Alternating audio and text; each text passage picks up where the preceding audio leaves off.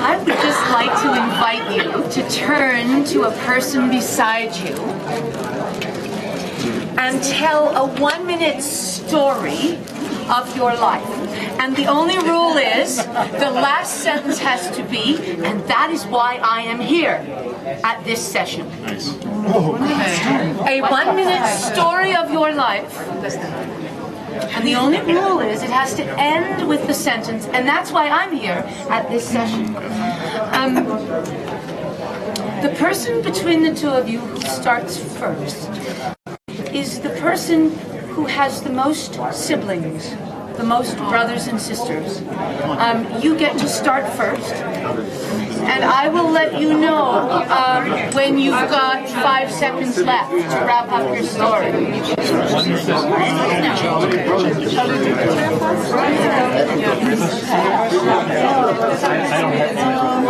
Okay, so you sure, I have 3.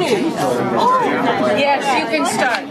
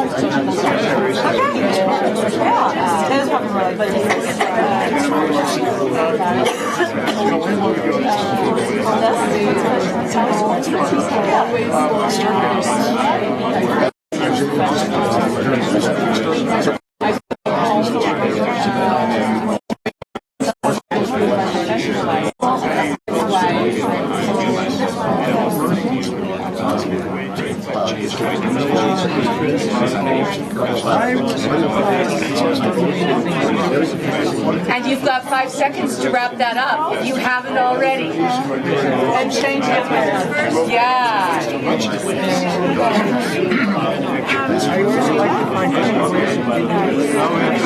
And switch.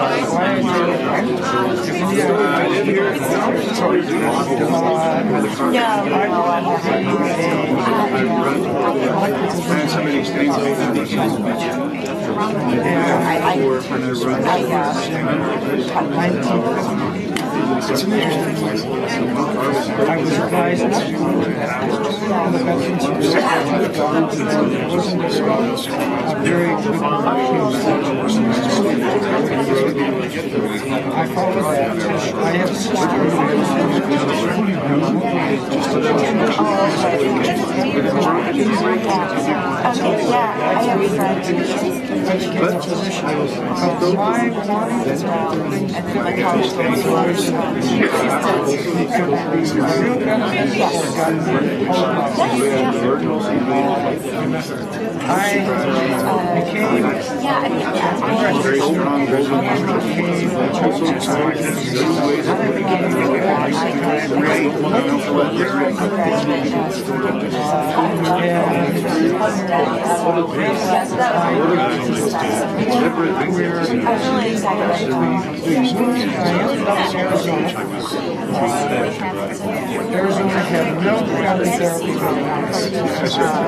And to take 5 seconds to wrap that up, if you haven't already. Family therapy. Couldn't find any cures. I saw an ad. Beautiful. Now we have a few groups of 3, and we want to make sure that all 3 got to share their stories. Did it work for the 3 of you? Not yet. You need 1 more minute. Yeah. Chris, does your trio need 1 more minute? I think we're wrapped up. Okay, we want to honor this 3rd person here. So while we give them their minute, would the rest of you lean into each other and reflect on what this particular activity has to do with the focus of our dialogue? How does what we just did connect to what we're here talking about, which is experiential exercises and practical, pragmatic ways to talk about social construction? Okay, so talk about the so what. I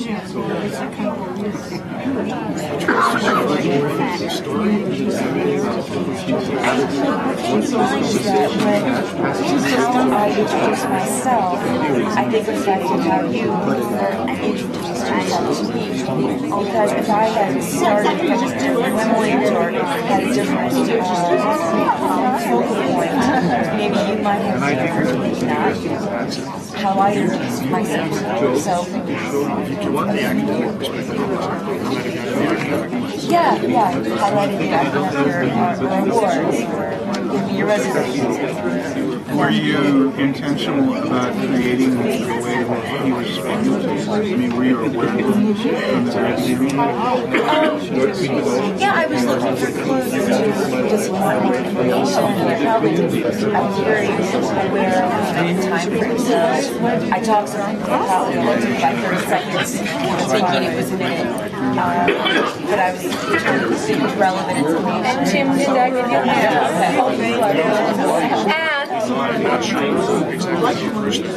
if I could just invite your attention back for just a moment. Take a moment to reflect. What did you just learn or relearn about yourself in the way you told the story of your life? Just take a moment to sit with that question.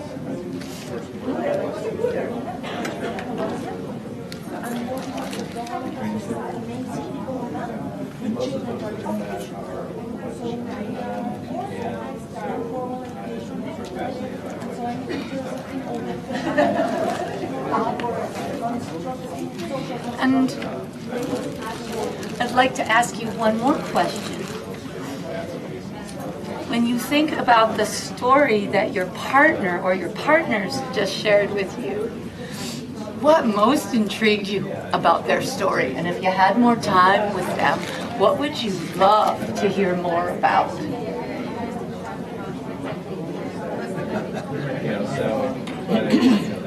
And when you're ready, just lean in towards them. And in like 15 seconds, tell them, oh, I would so love to hear more about that part of your story. Okay, just let them know what intrigued you, delighted you. So it's interesting.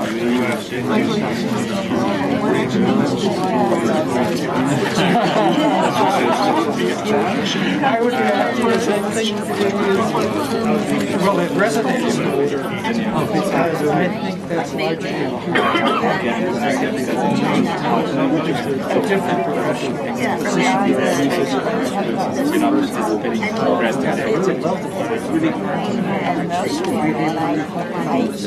I do want to perform that I was respectful.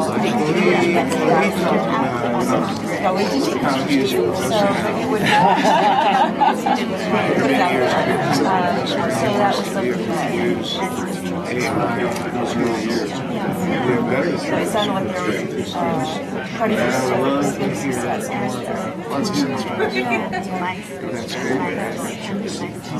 And then what did you learn about yourself? And just take a few seconds just to let that conversation go.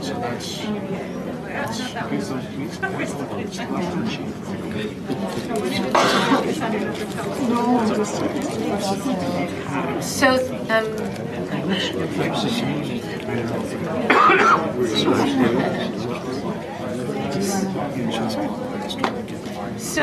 we're making this up. Let's pretend they can't hear us for a moment. Cone of silence. I was thinking I'd tell them my name and who I am and what I care about, and then invite the two of you to do the same. Does that work? Yeah. Cone of silence, huh? My name's Karen Dawson, and I live in Calgary, Alberta, Canada. I work mostly in organizations, and I am really interested in the practical, pragmatic application of these social constructionist relational ideas, and I'm curious about what happens if we quit using those phrases and just do stuff. That's what I'm very interested in. My name is Celiane. Celiane Camargo Borges. I'm from Brazil. I have been living in the Netherlands for the last 4 years. And I'm a social psychologist, have been working with healthcare, community building, and right now I'm very busy in co-creating a master's called Imagineering, which is it's in its 7th edition, and we have the challenge to learn by doing. So we want to teach students to really co-create with organizations, to really design new ways of being together, and we want to teach them doing that. So my challenge is, how can I use constructionism to help them have experiential learning? And I'm together with you very much interested, how can we step a little bit out of those concepts, but start the conversation about how can we make this happen? I'm Bob Cottor. I started the journey that led here when I arrived in Arizona with my wife in 1971. And we at that point had been part of the adventure of the starting of family therapy. And we came in there hoping we could find peers, and discovered nobody else in the state was doing what we were doing, quite literally. And so we started our practice and also a training program that we did in our office. The university's really touching things like family therapy. And that journey eventually led here.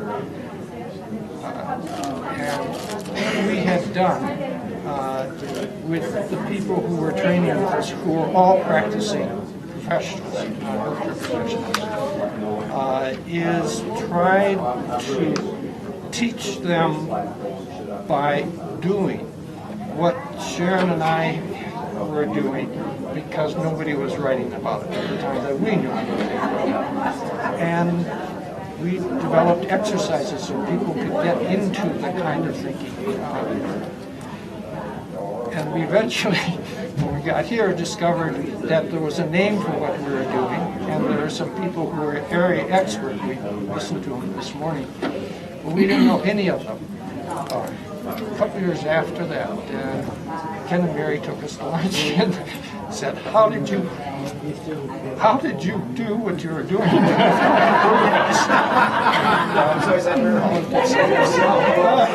didn't know them were here, and we became part of the family then. So, to me, learning by doing and creating little exercises, big exercises, where people could learn this together was really significant, because we didn't have anything to follow.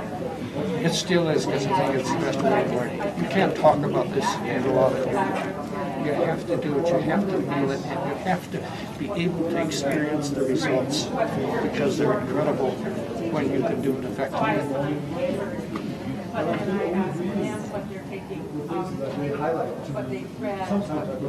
How about you guys? Yeah, I'd love to ask what would be the most helpful and interesting things for you to take away from this next 45 minutes. I would like to know, after you do this activity, how you would debrief this to teach social constructionism. So we did this activity, and now how do we debrief it to our students, clients? That's a wonderful question. Yeah, I was thinking almost exactly the same question, which is fascinating. But actually the question of, do we need to? Because we just said maybe it doesn't help to talk about it before. And I'm thinking, but maybe it helps to talk about it after, but maybe not. Maybe that's a bad assumption. I don't know. Because maybe processing it after. So I have the question before, does it help to debrief? If you were to, how would you do that? Right. I would love to capture some of these questions that are popping up. Is that a good idea? My kingdom for a flip chart. Do you suppose we can just go and take one? How about just writing on the wall? There you go. Do we have dry erase markers? Right here. Aren't you amazing? So I'm hearing a question about debriefing. Yes. Do we debrief? How much do we debrief? What value is there? Yeah? No, we should bring it here. Sorry. Otherwise, our future participants. This is going to be my boa, like Mary's boa. But not as fluffy. You want it behind you? Watch the mic there. What do you want? Or behind you. Yep, behind. Shall I scribe? Yeah. Thank you.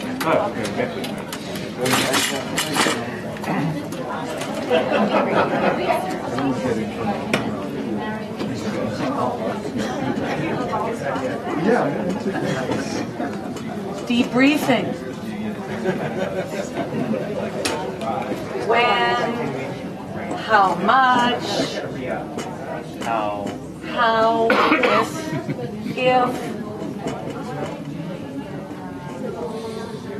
Well, it's the curious thing for me about the if is there was some barrier to talking about it that wasn't valuable up front. Why? What's different about being able? Is it the vocabulary or the experience itself or something that allows you to talk about it after? Right? Yeah.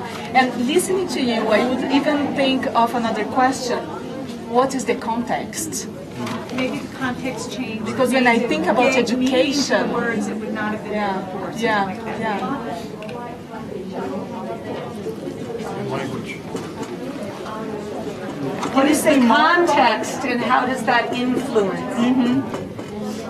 And also Ivan said about language. Can you say more about that? Sure. So we have English is a remarkably agented language. There's a lot of blame and assumptions built into the language automatically with the way we use pronouns and the way we address things. So how to frame the Excuse me. Hi. Sorry, just speak up. Sure. I'm sorry, I'm kind of directing my voice this way. So, English is a remarkably agented language, and should we be very cautious about the language we use, and in that create less context, in fact, or less judgment? That's the question that I have. And that's a very interesting one because I always catch myself thinking, how shall I frame this? Because you have so many stories to talk about what happened. And by the moment you choose one, you are naming and you are framing which kind of reality you are opening up. So it's very important. I was in the dialogue, I was really wanting to have that reflection afterwards with you all, because what struck me is that because you asked us to only talk about 1 minute, what we experienced is that I shared one particular part of my life, what was on a totally different level than the part of her life, the part of your life that you shared to me. And it was very interesting to see that it's only one small thin layer you show, but you use it as an entrance for an important question. And I was curious about the others, so I felt eagerness to go into that reflection. Lovely. So there's something connected in this theme for me, which is the cultural. And not only the cultural, but the personality style differences. We make assumptions, or the challenge of bringing an exercise into a group is that the exercise will mean different things for different people, and different people will relate to the exercise differently. More favorably, less favorably, it'll be more suitable to their cultural background or their personality style or less. So that's a question, how to manage that.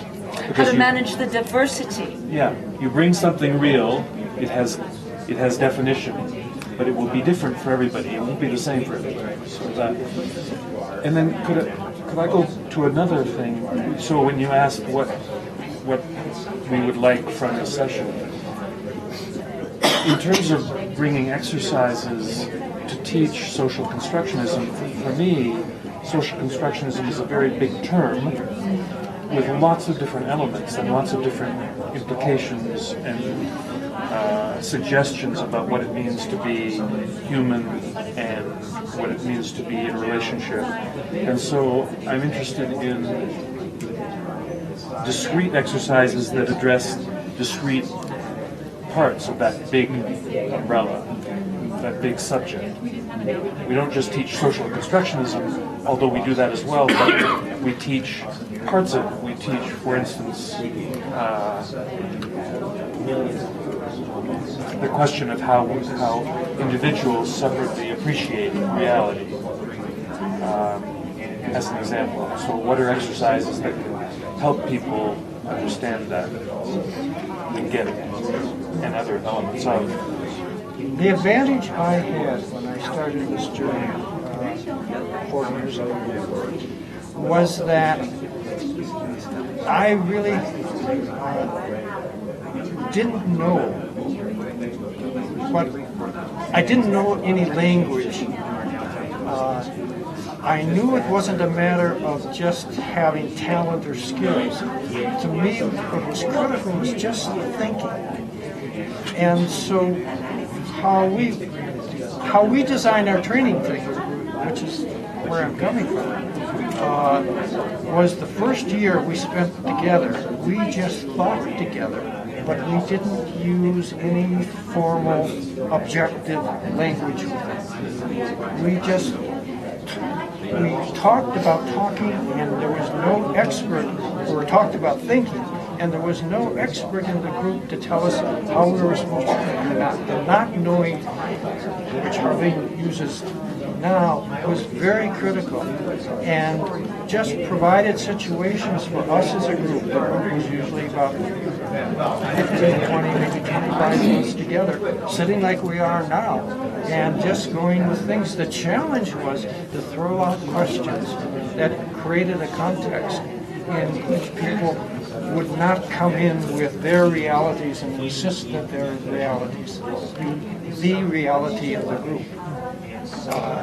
And I don't know if I'm explaining right, because it's a feel. It really isn't a particular skill that you learn to do.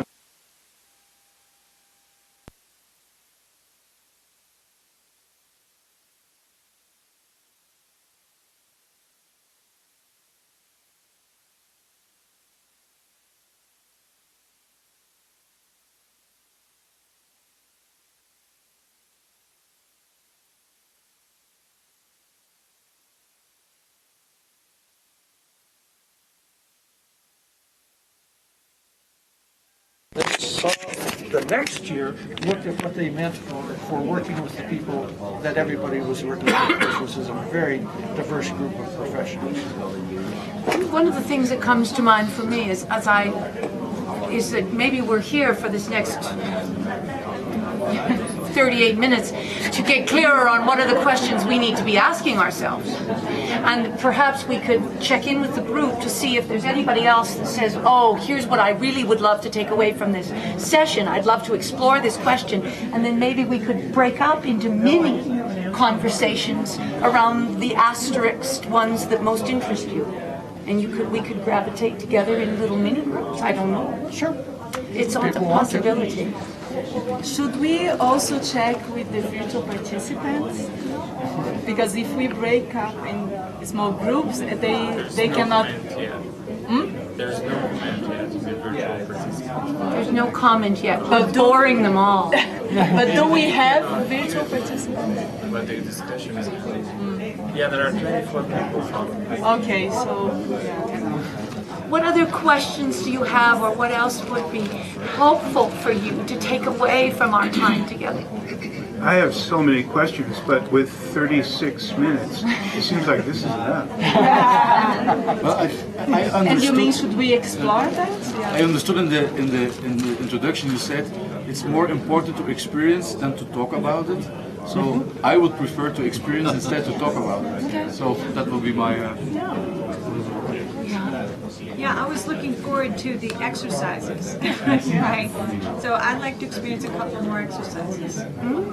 Oh, that sounds good. Cool. Also, I'm just interested in, you didn't have any naming in that first year, but at some point in time, naming would have happened.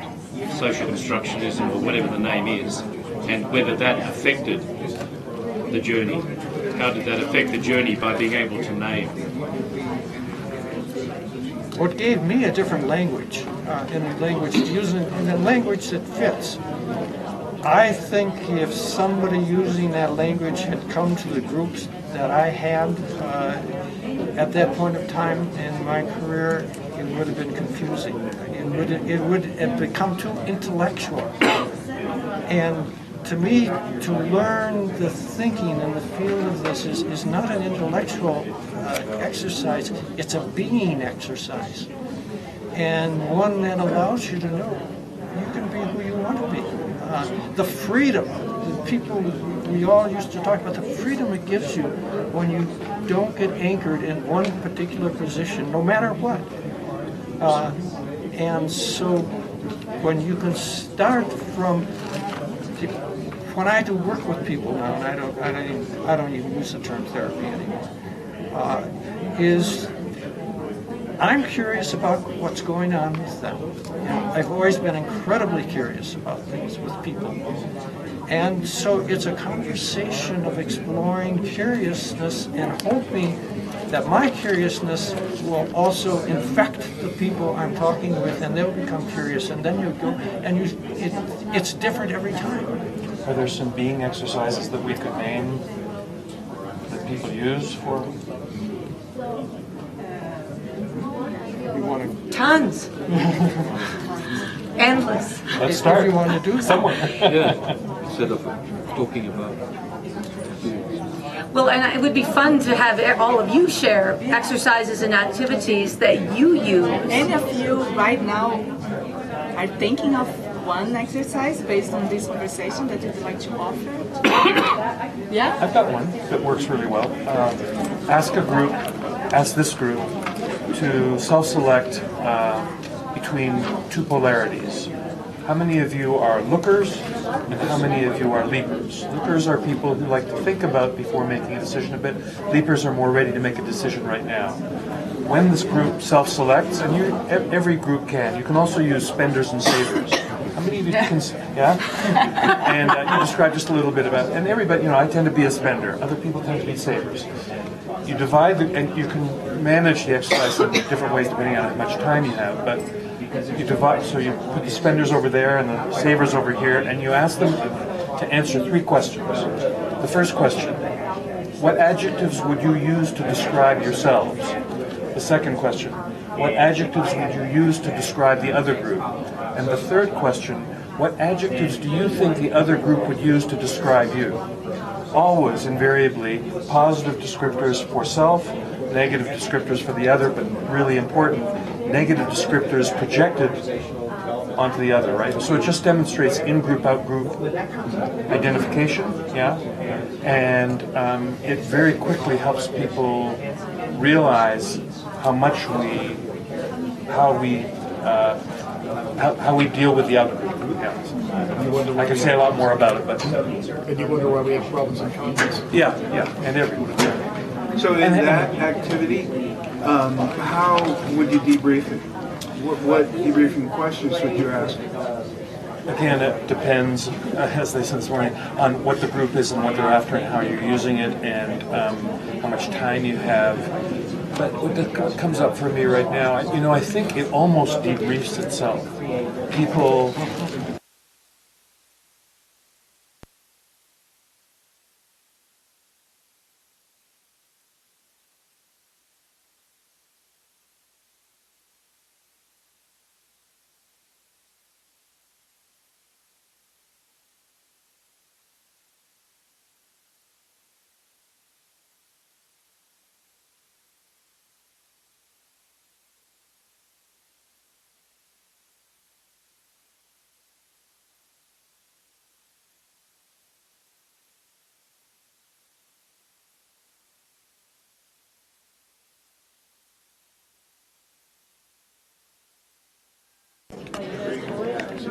Without talking about the negative.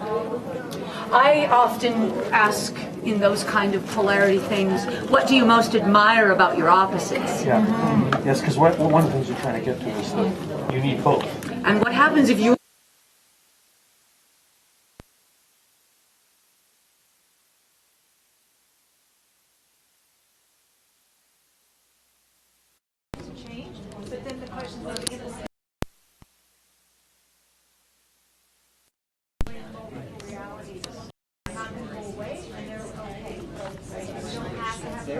Really good batteries. I put it on the camera sound. During the G process, whatever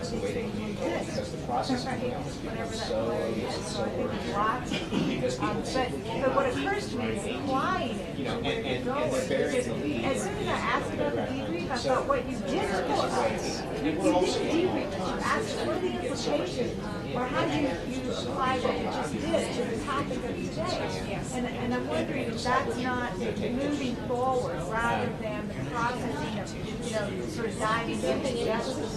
That's more useful. Yeah, unlike Bob, I find the language actually gets in the way, the language of social constructionism. I'm allergic to it.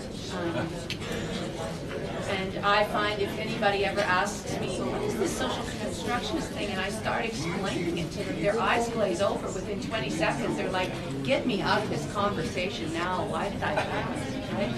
So I just don't use the language. I'm just all about the here and now and where are we going? How are we going to move forward together when we're effectively doing what it is we're doing?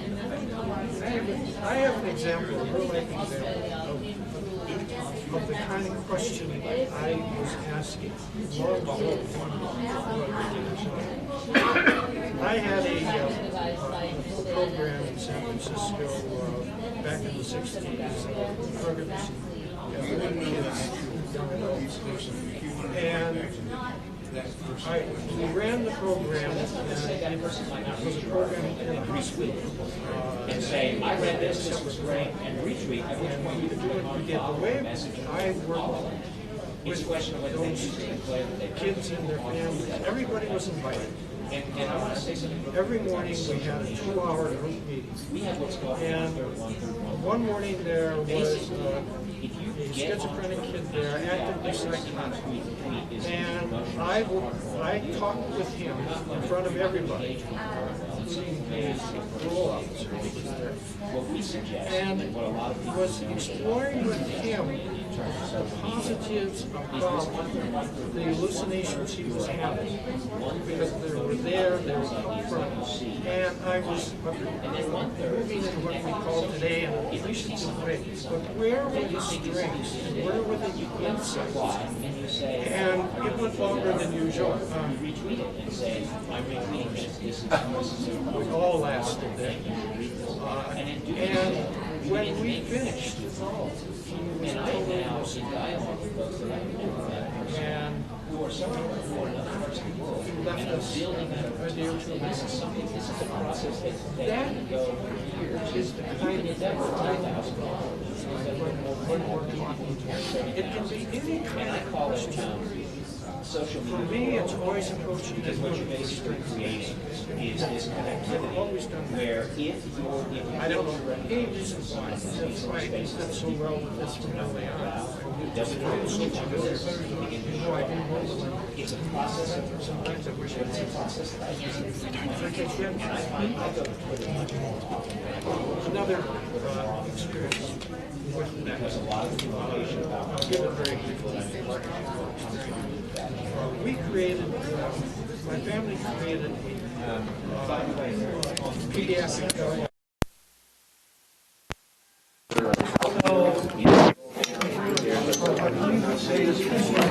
very beautifully. The collaboration, the tremendous involvement of families, staff take instructions, from parents. What we encourage is everybody just to be open, share, honest. Dying is part of living. We celebrate it. They do it. It's a remarkable program. They do it in a beautiful way.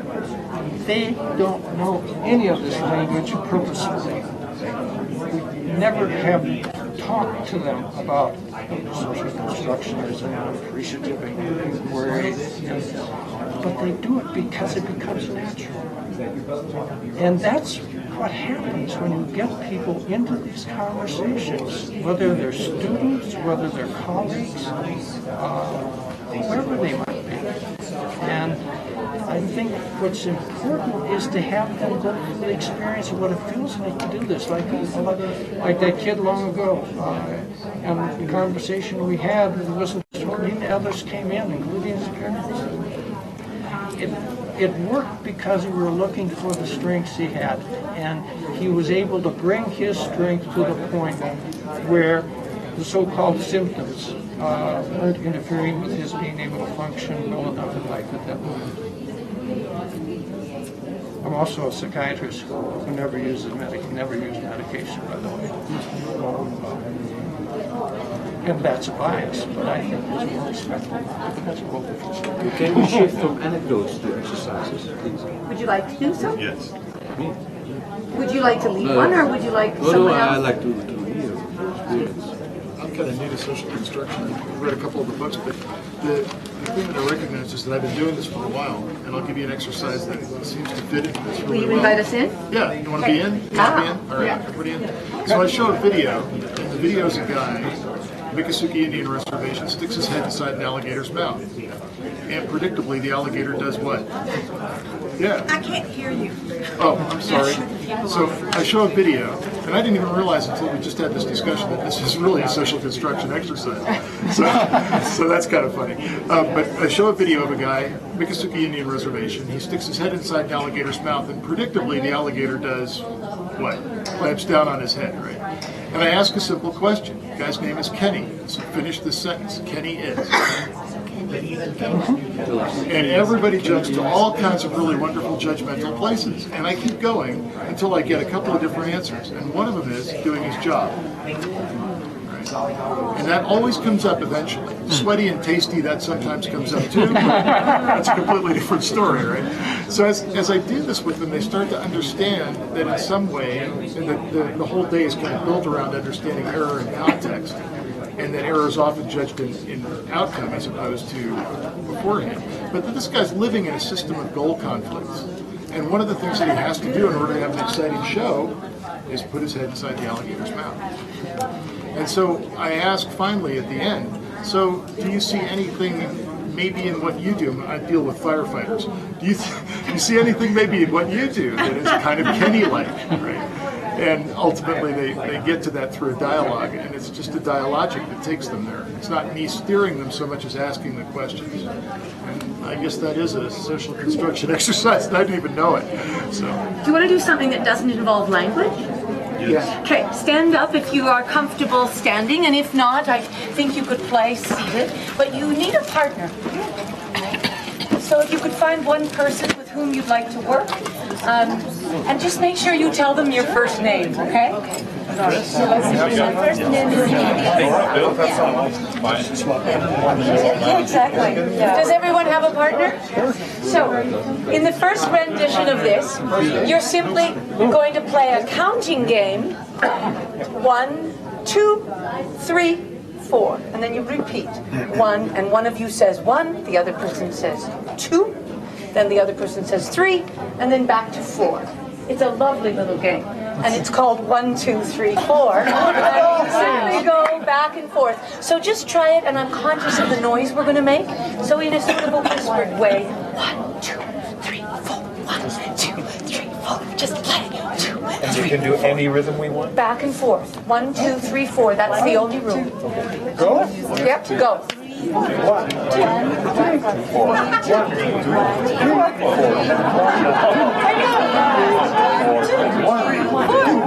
3, 4.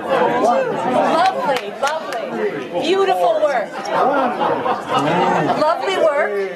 Similar game. Shifting, though, the pattern a bit. Okay?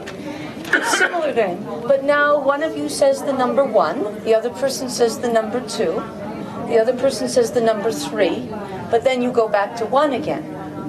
So it's 1, 2, 3. 1, 2, 3. And see what? Just play and see how it goes. 1, 2, 3. 1, 2, go. 1, 3. Yeah, exactly. 1, 2, 3. 1, 2, 3.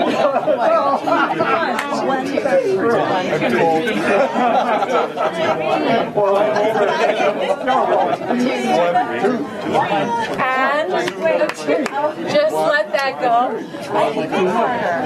Beautiful. And you could do, again, we've got debrief people here, depending on the context, who you're working with, what the whole point of the exercise is, and why you're using it. You might say, how was that different? Talk among yourselves. Say something insightful and profound about how the game changed. Right? Or just say something you noticed. Now, instead of the number 1, there's just a gentle little clap. Then 2, then 3. So instead of 1, you just do a little clap, and then your partner says 2, and then you say 3. So it's clap, 2, 3, 2, 3. Ready? Try it. Go. 2, 3, 2, 3, 3, 2, 2.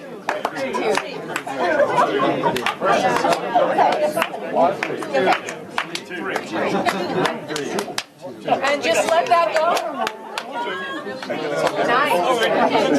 Taylor's here. Sorry.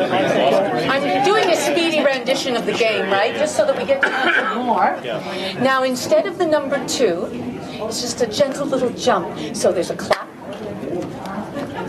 3. 3. Ready? And if I was doing this with a real group, I'd want a demo person. I'd say, Gail, would you demo with me? Okay. 3. Okay. Ready? Jump. 3. Oh. 3.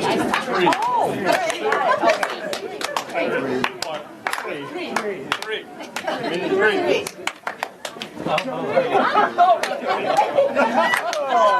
Beautiful. Lovely. That is hysterical. So, the next one, instead of the number 1, it's a clap. Instead of 2, it's a little jump. And instead of 3, it's a freestyle bum wiggle. Okay? And you can just go wild on your bum wiggle, whatever feels good for you. Okay? And if I was doing this with a group, I would always ask for somebody to be demo man with me. Maurice, let's try and see how it goes.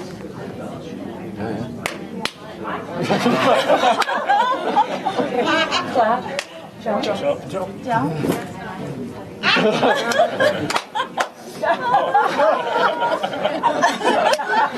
This is beautiful.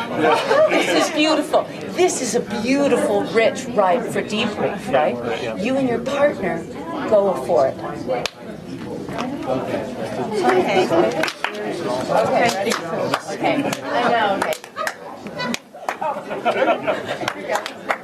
You're going to do all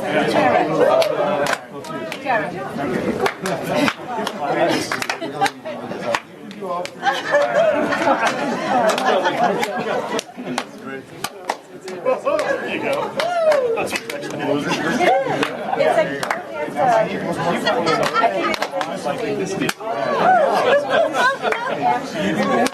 Now, at risk of really frustrating all the rest of our here's the invitation. You and your partner get together with another dazzling duo and have a conversation. What did you notice?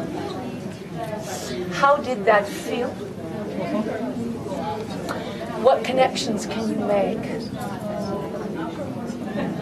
between this particular activity and these ideas we call social constructionist ideas? Okay, so you and your duo find another lovely pair and just sink into what did you notice, how did you feel, and what connections can you make?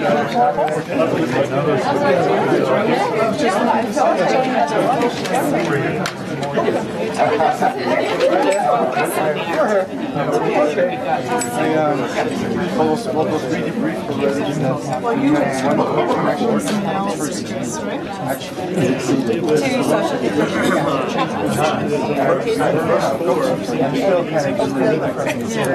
Maybe this further because we have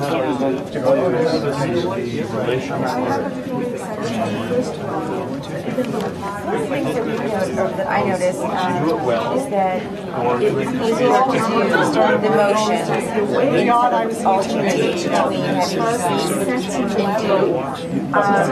So how did it feel this month? It's challenging. What you mentioned,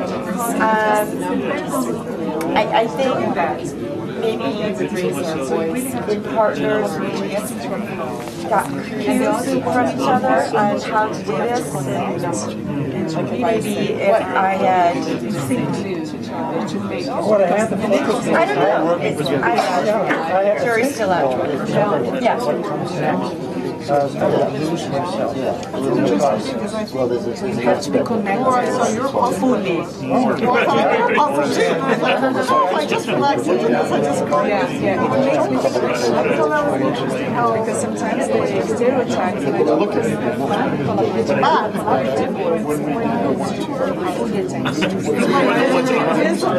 And then the second is just more losing yourself. The interaction also. Actually, not conscious of it, I had to be there. And then the first thing was more expressive, my own way of being. And then the second. And this is all changes meaning. If you want to look at it from constructionism, I had to change meaning with each one of these. So take a few seconds, please, to wrap that conversation up and come back together. Just take a few seconds. So To understand what we do. And then maybe we could have time to ask one more.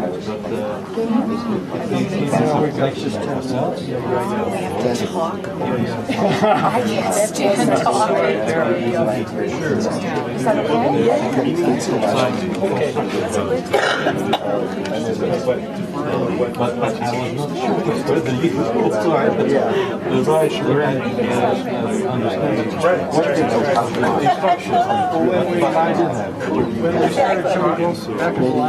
Yeah. So we'd like to invite you back into the larger circle. whatever is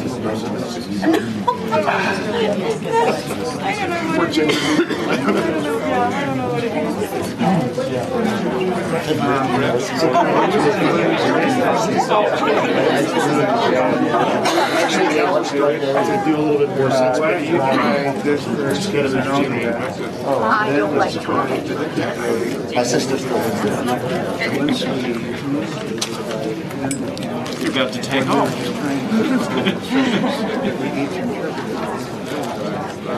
So first of all, I would like to thank you all simply for just diving in. And I want to appreciate your recommendation. Let's do some stuff.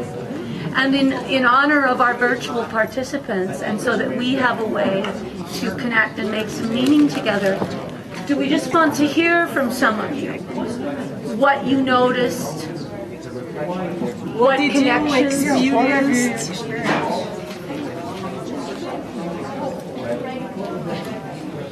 I'm especially interested in hearing from somebody who found a connection between that activity and social constructionism, because I'm having a little trouble getting a grip on that. Well, we certainly did, didn't we? Because Chris was clearly having difficulty with it, and I was kind of really having a great time, but I was really influenced by how he was having difficulty. Maybe I need to start puzzling more. And then we started to kind of be more in tune with kind of mix of puzzling and flow, right? The first one, where we counted 1, 2, 3, 4, was a relatively simple pattern. Yes. So we could kind of be almost separated and do it. But as the pattern became more complex, we had to become more in sync. So I found myself having to pay more attention and be more connected and less in my head. So then it was this back and forth kind of dualism between thinking about what it's supposed to be, the sequential steps, and following at the same time. So we became more connected as it went on. Can I offer my experience of doing that with Karen? Thank you very much for the partnership. The connection I was making with constructionism I started thinking about collaborative work. And even the first one, 1, 2, 3, 4, that sounds so easy. I felt like depending on how Karen would be offering me the number, the flow could change. So we had to collaborate together to make that happen. And then the other exercise that starts to be more complex makes me think about the social constructionist approach of here and now and trusting the process. So I really get concentrated in what was happening there right now. And it's tough. And sometimes we think collaborative work so easy, just put people together and they will collaborate. No, it takes some effort. You really have to be there. And what are you doing? How do I make sense of that? We are jumping together, shall we? Can we change the rules and we jump together? Or we should do it the way it was presented? So that was my experience with that. I think the same act of coordinating or collaborating, and we see it, but there was a movement from sort of a protocol that you gave us, right, the rule, to being responsive to each other when we fell out of the protocol, right? And I think that happens when we leave coordination and go into collaboration, and and I think that's really a social constructionist concept of how we respond to each other, or are we sticking and responding to the protocol or the thing that's handed to us by society or the context, right? We had the protocol to follow, but all of a sudden we transformed that into responsiveness, and as a group we create a new reality that's more into our context, what we need. My perspective and my reflection is also about the impact we had as a group on the other groups. That's also part of this experience, because some of my attention also went on what are we doing now. The choice we make is a choice that maybe limits the possibilities for other groups to participate in the group, just as part of reflection, because it's also a reality that's outside us. How you connect with the macro. And my experience was that of coordination of action, which really is an old concept, but we cannot not coordinate our action. And that's that's relational, and that is just inherent in everything we do, but we take it for granted. When you do something different like this, you say, oh, we've got to work at coordinating our action. But as soon as we have worked enough so we don't know what we're doing, we've got to challenge the action if we want to make any changes. And so, to me, that's a very powerful message. And this really is a constructionist, again, concept. And for me, it's relational constructionist concept that is basic to everything we're talking about here. Yeah, and you set out to have a relational accomplishment, right? I mean, you asked us to do it like that, and we could have. But it also extended beyond us, and that we have to keep in mind. This wasn't just a singular experience here. There's other people who have thoughts and meanings about what we were doing in this corner. Shall we ask? I think again there are layers and so many possibilities. You could debrief that to death. You could talk about what is it like to practice relating with one other person in a different way. When you've got your 1, 2, 3, 4 dance with someone and you're embedded in that dancing pattern and have been for years, somebody all of a sudden claps, it doesn't feel good. That's not what you're supposed to say. Okay, just had a post online. Brian says that he thinks that the language of the computer is very intimidating for him, but he thought that what he saw he could understand. So he says, I can see that much of what the group does is intuitive, and the last exercise was very helpful. Just sharing. Thank you. Great activity, thank you. Thank you. So cool. And that's another reality, right? Because we are relating to those virtual participants and how for them might be tough to break through the barrier of being present and virtually present.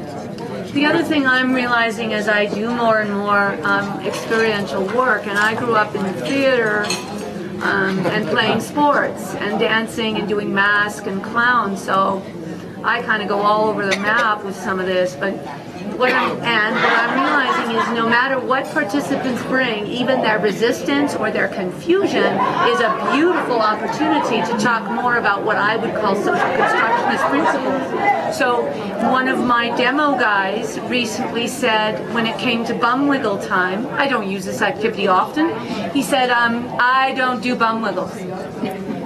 Right? He was an electrical engineer, and he said, I don't do bum wiggles. I'm like, oh, okay. Well, what do you feel comfortable with? He goes, I'm good with moving my hips. I just don't wiggle them. And I said, well, what move feels like real good for you? And he just, like, it was so funny because he's such a serious guy. He's like, that's beautiful, right? It's so interesting to accept what's there, to work with it, to notice more, use everything. Everything's an offer. And so in these activities, I often have people asking me, what if someone doesn't want to play? Well, that's beautiful. That's fine. And sometimes, if you're doing an activity where you ask people to touch each other, some people don't want to be touched. So that's another thing. But getting back to your question about debriefing, I guess, and also the title of this particular session, a debriefing question could be, in my opinion, the feelings that came up for you, have they come up for you in the past? What can you do? What did you do in this activity that you can apply to your life? You know what I'm saying? So that it becomes connected to your life experience, and you can possibly make a decision to alter the way that you're going to behave. But if we talk in this way about experiences and social constructionism, can you then imagine one activity in life that is not social constructionist? I can't imagine. That's what life is. Yeah. It's a continual evolving creation. So whatever experience we could have created could have been a social constructionist. But I think what's important is to realize you can do it. It can be done. If people can understand, you can recreate your world. If you choose to do that and are willing to act it. You can't do it by thinking up here, you can't do it individually. But with the people with whom you relate, you can make incredible changes if you can get them involved in a new coordination of action. And those terms. And I think also what I do in education,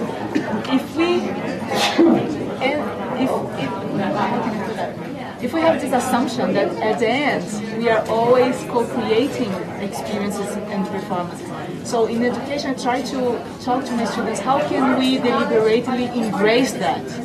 So in everything we do, we have this approach of creating new performances and creating with.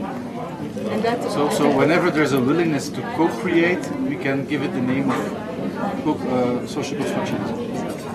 I would say everything we are socially constructing, but when we embrace that and start deliberately co-creating, then the implications you have in relationships might change. So we can use it in a more goal-oriented way. We can use it in a more goal-oriented. We want to make these changes. Okay, how do we go ahead with doing that? That becomes the challenge. Not that we can, it's how now.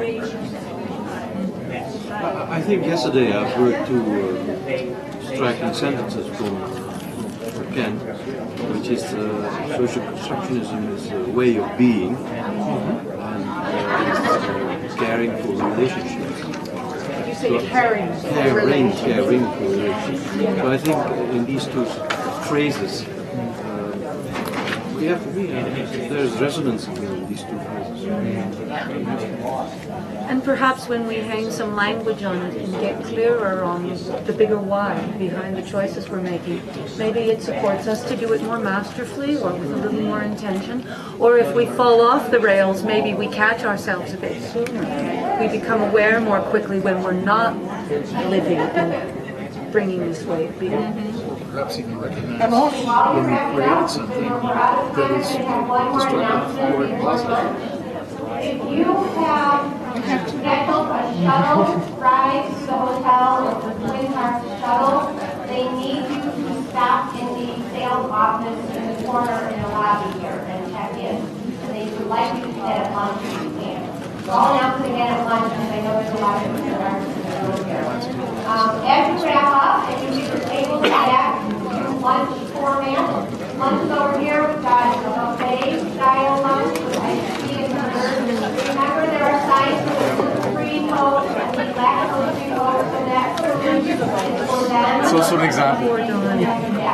Any final thoughts?